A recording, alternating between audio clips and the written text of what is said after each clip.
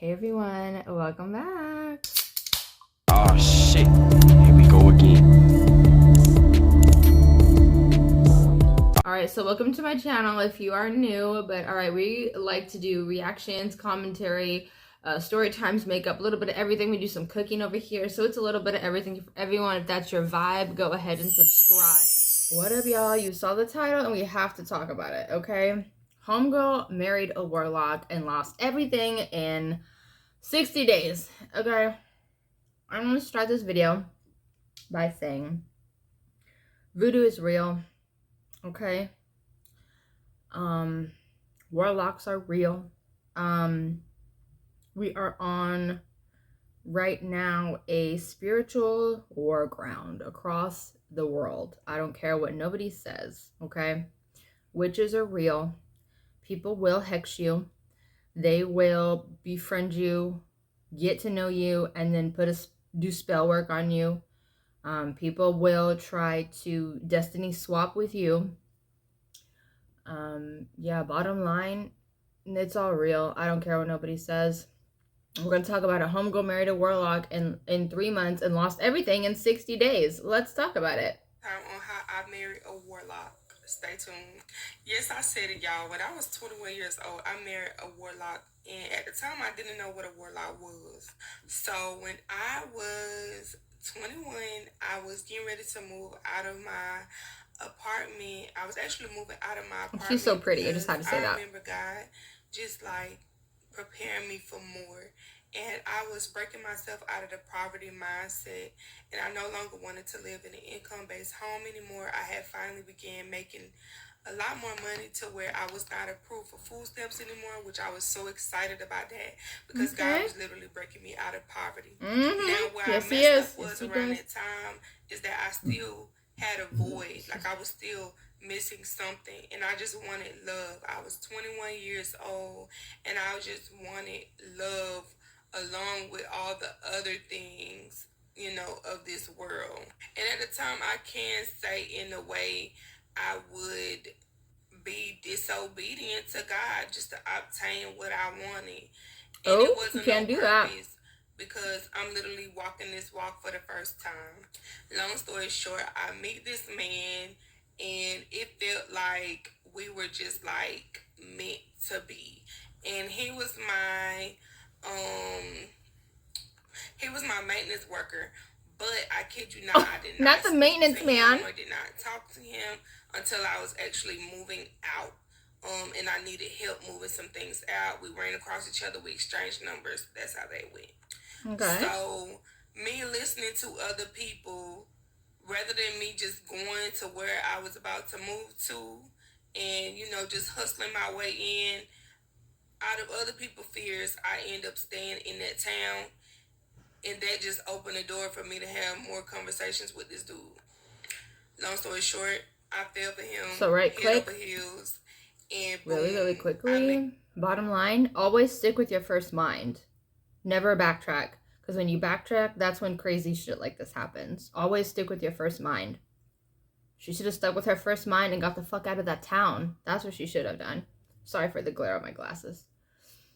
Him within like 90 days, y'all. I know that's crazy, right? Yeah, I married him. That is crazy.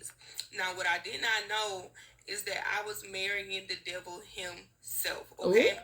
Yeah, the business that I had, the money that I had, all of that dried up within 60 days of me being married to him. I was dead broke. I went from literally scaling my business, getting one of my first big business loans, to being broke, not even able to pay the loan no more within 60 days of marrying him, y'all. I did not know what was going on, but I was trying to do right by the Lord, that I'm praying. I'm like, Lord, you know, yeah. So this man wanted to have a baby. He begged me down for a baby. I didn't want no baby, but because I married him, I gave him a baby, y'all. That was one of the worst but best decisions I could have did, because I love myself. Bottom line, our body, our choice. Literally, our lives are on the line when we give birth. Not these men, not these doctors, not these nurses, us. If she didn't want to have children, she shouldn't have had children, bottom line. And the fact, it sucks. And then the fact that she felt the need to have a baby, either to keep him or make him happy or whatever, like, they should have had this discussion prior to getting married. That's why you don't rush into marriage. You don't rush into a relationship. You don't do none of that. You always have specific conversations prior to making life-changing decisions. Before you get married, you have to discuss religion. You have to discuss politics. You have to discuss, if you do have kids, how are they going to be raised religiously, politically? What are your views on punishment? Like, all the things. You have to discuss all of that prior to walking down the aisle. That's why a lot of churches, I'm noticing, are doing marriage counseling.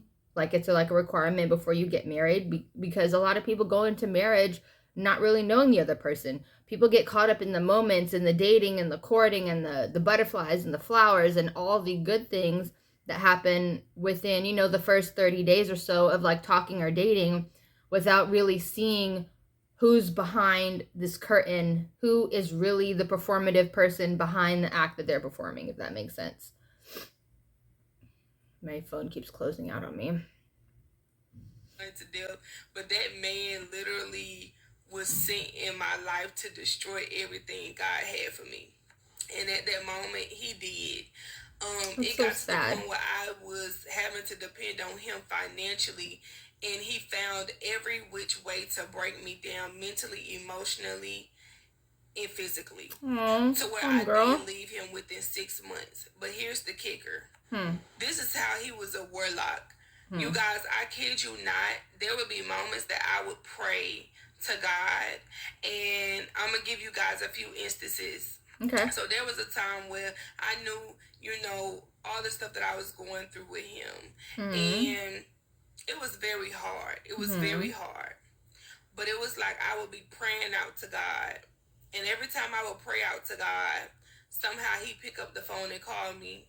And the very thing that I was just praying about would be the topic that he's talking about on the phone. Literally, this has happened at least 5 times throughout our marriage. Like, I'm praying out to God about something, and he's calling me. Now, a normal person would be like, oh, God is answering my prayers. And that's what I was thinking at first, until it got really creepy, okay? And what God showed me was that me marrying him, God turned me over to the devil. God turned me over to a reprobate mind, and whatever I went through. Now, the devil, God did not let the enemy really get me, as in knock me off, but it was a situation where God literally had to kind of let me do what I do, and I had to find my way back to him, and that's exactly what happened. Okay. So I kid y'all not, when I left my ex-husband, I'll never forget July 4th of last year, I prayed out to God, and I this was the first time I ever begged God to pull me away from him. I would always pray that God would work my marriage out. I would always pray for God to work things out. But this time I prayed to God that he would break me free from my ex-husband. And I literally have the video in my phone if y'all want it, right? I would literally, if y'all want that video, I would see y'all that video. I prayed a long prayer that night. I kid you not. After I went to sleep, this was July 4th, 2024. After I went to last sleep, summer. Within 5 minutes of me going to sleep after praying, my ex-husband called me, and I have the proof of that too. I took a screenshot. That man called me and begged me not to leave him. Y'all, he was a warlock, and he is a warlock. And you have to be very careful, because many people that walk in manipulation, many people that walk with a Leviathan and a Jezebelic spirit, they are meant to destroy you. And if you're not careful, they would literally destroy the destiny that God has for you. Thank God that even though after that I talked to him, it was so clear as day over the next few weeks what God was telling me to do. And I had finally picked up the strength to walk away from that man. And when I tell you guys, breaking them soul ties ain't easy. It's not. It's really not. That man wanted to stay married to me and stay connected to me until the day I walked away from him. And if I need to go in detail on even that, I will. But you have to be very careful of the men that you come in contact with, because many of them are meant and sent to destroy the destiny that God has for you. Yes, they are. Yes, I married a warlock. Yes, his mom is in witchcraft, which I did not know about until after I was already married to him for months. Whoa. But I kid you not, he's a warlock, and I know he is. He may not play with witchcraft actively, but he's a witch, okay? He's a witch. Simple. Including his mama. Then his son standing at the stairs right now talking about witch, he supposed to be asleep though. I seen him in the bed an hour ago. He's standing in the hallway talking about witch. This is stuff I be talking about. That's a little scary too. So this is a story time on how I married a... That is scary as shit. And it sucks because the so sorry. The devil will come through in the form of children. They will come in the form of a God-fearing man. They will come in wrapped in a bow, and everything that you think you want in a person, the devil will come.